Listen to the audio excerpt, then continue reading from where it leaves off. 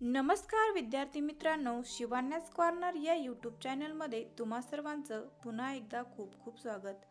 बालमित्रांनो, आज मी तुमच्याकरिता घेऊन आली आहे इयत्ता 5वी विषय परिसर अभ्यास भाग 1 यातील 19 नंबरचा धडा अन्न घटक याचा संपूर्ण स्वाध्याय आपण या व्हिडिओमध्ये पाहणार आहोत. अतिशय सोप्या पद्धतीत मांडलेला हा स्वाध्याय व्हिडिओ शेवटपर्यंत नक्की पहा. आवडल्यास लाईक करा, चॅनलला सबस्क्राईब करा. प्रश्न पहिला, काय करावे बरे?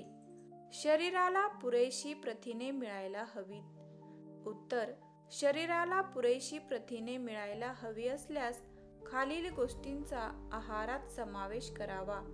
1.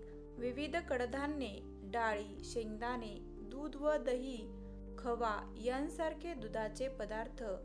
2. अंडी व मांस यातून जास्त प्रमाणात प्रथिने आपल्या शरीराला मिळते. प्रथिने पुरेशा प्रमाणात मिळवण्यासाठी आपल्या रोजच्या आहारात डाळी, कडधान्ये तसेच दूध व दुग्धजन्य पदार्थांचा आहारात समावेश असावा. प्रश्न दुसरा, जरा डोके चालवा. रोज दूध प्यायला का सांगतात? उत्तर, दुधामध्ये विविध प्रकारच्या शर्करा असतात. त्यांच्यापासून शरीराला ऊर्जा मिळते. 1. दुधापासून मिळणारी साय, लोणी, तूप हे स्निग्ध पदार्थ दुधापासून मिळतात. आपल्या शरीराची सतत झीज होत असते. एखाद्या वेळेस शरीराला छोटी मोठी इजा होते. त्याची दुरुस्ती होण्यासाठी आवश्यक असणारी प्रथिने सुद्धा दुधातून मिळतात. दुधाने शरीराची वाढ व विकास चांगल्या प्रकारे होतो, म्हणून रोज दूध प्यायला सांगतात. प्रश्न तिसरा, खालील प्रत्येक अन्न घटकाचे 2 स्रोत सांगा. 1. खनिजे, 2. प्रथिने, 3. पिष्टमय पदार्थ. त्यातील 1. खनिजे, विविध फळे, पालेभाज्या, मोड आलेली कडधान्ये. 2. प्रथिने, मांस, अंडी, दूध, मासे. आणि 3. पिष्टमय पदार्थ, बटाटा, धान्यांची पिठे, साबुदाणा, गहू, तांदूळ. प्रश्न चौथा, रिकाम्या जागी योग्य शब्द भरा. त्यातील 1. टिंबटिंबमुळे आपल्या शरीराला रोगांचा प्रतिकार करण्याची शक्ती मिळते. उत्तर, जीवनसत्वामुळे आपल्या शरीराला रोगांचा प्रतिकार करण्याची शक्ती मिळते. 2. कॅल्शियममुळे आपली हाडे टिंबटिंब होतात. उत्तर, कॅल्शियममुळे आपली हाडे मजबूत होतात. 3. गोड लागणाऱ्या अन्नपदार्थांमध्ये विविध प्रकारच्या टिंबटिंब असतात. उत्तर, गोड लागणाऱ्या अन्नपदार्थांमध्ये विविध प्रकारच्या शर्करा असतात. 4. सर्व अन्न घटकांचा योग्य त्या प्रमाणात पुरवठा करणाऱ्या आहाराला टिंबटिंब आहार म्हणतात.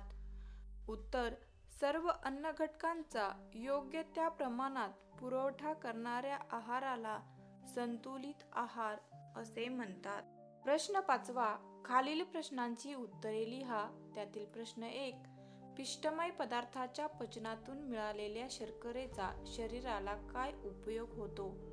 उत्तर, पिष्टमय पदार्थाच्या पचनातून मिळालेल्या शर्करेमुळे शरीराला ऊर्जा मिळते. ही ऊर्जा शरीराच्या विविध कामांसाठी उपयोगी पडते. याशिवाय शरीर योग्य तेवढे गरम राहण्यासाठी या ऊर्जेचा उपयोग होतो. प्रश्न दुसरा, तंतुमय पदार्थांचे स्रोत कोणते? उत्तर, धान्याचा कोंडा, फळांच्या साली व भाज्यांच्या शिरा तसेच साली, पालेभाज्या, धान्ये, कडधान्ये हे सर्व तंतुमय पदार्थाचे स्रोत आहेत. प्रश्न तिसरा, कर्बोदके कशाला म्हणतात? उत्तर, पिष्टमय पदार्थ, शर्करा व तंतुमय पदार्थ यांना एकत्रितपणे कर्बोदके म्हणतात. प्रश्न चौथा, कुपोषण कशाला म्हणतात? उत्तर, शरीराचे नीट पोषण होण्यासाठी आहारात सर्व अन्न घटक पुरेशा व योग्य प्रमाणात मिळणे आवश्यक असते. एखाद्या व्यक्तीच्या आहारात काही अन्न घटकांची सतत कमतरता राहिली तर तिचे नीट पोषण होत नाही. यालाच कुपोषण असे म्हणतात. प्रश्न 6. योग्य जोड्या जुळवा. त्यातील अ गट ब गट. 1. स्निग्ध पदार्थ, तेल, प्रथिने, ज्वारी, जीवनसत्वे, कडधान्ये, खनिजे, लोह, पिष्टमय पदार्थ, धान्याचा कोंडा।